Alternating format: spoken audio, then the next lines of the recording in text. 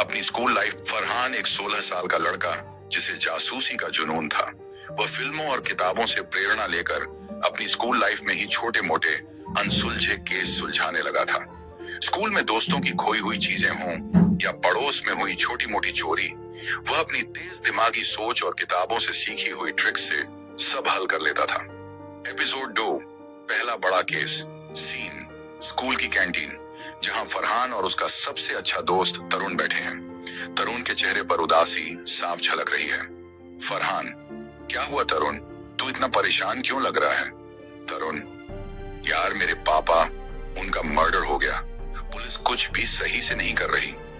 फरहान का दिमाग तेजी से काम करने लगता है। वह जानता है कि यह उसके लिए सबसे बड़ा केस हो सकता है। फरहान, हम इस केस को खुद सुलझाएंगे। तुझे कुछ भी अजीब लगा था पिछले कुछ दिनों में? तरुण, पापा अक्सर किसी से छिपकर मिलते थे, घर आते ही परेशान लगते थे, और एक बार मैंने उन्हें किसी चौहान साहब से फोन पर बात करते सुना था। फरहान नोट्स बनाता है और केस की तह तक जाने की कसम खाता है। एपिसोड 3, सुरागों की खोज।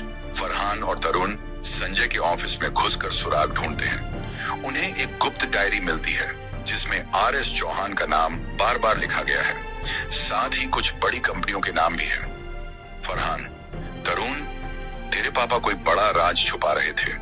ये चौहान साहब कोई मामूली इंसान नहीं लगते। हमें इनकी पूरी जानकारी निकालनी होगी। वे चौहान साहब की गतिविधियों पर नजर रखने के लिए उनके ऑफिस के बाहर इंतजार करते हैं। जल्द ही उन्हें पता चलता है कि चौहान साहब असल में एक कुख्यात गैंगस्टर हैं, जिनके कई बड़े बिजनेसमैन और नेताओं से संबंध है। एपिसोड 4, साजिश का खुलासा। फरहान और तरुण चौहान साहब के एक भरोसेमंद आदमी विजय से सच उगलवाने की कोशिश करते हैं। विजय घबराया हुआ। संजय ने चौहान साहब के खिलाफ सबूत इकट्ठे कर लिए थे। वे उन्हें एक्सपोज करने वाले थे, इसलिए चौहान साहब ने उन्हें मरवा दिया। फरहान रिकॉर्डर ऑन कर देता है और इस कबूलनामे को रिकॉर्ड कर लेता है। अब उनके पास सबूत था। एपिसोड 5, न्याय की लड़ाई। फरहान और तरुण सबूतों के साथ पुलिस के पास जाते हैं, लेकिन पुलिस भी चौहान साहब के प्रभाव में है। तब वे मीडिया का सहारा लेते हैं और एक बड़ी प्रेस कॉन्फ्रेंस में यह खुलासा कर देते हैं। चौहान साहब को गिरफ्तार कर लिया जाता है और संजय को इंसाफ मिल जाता है।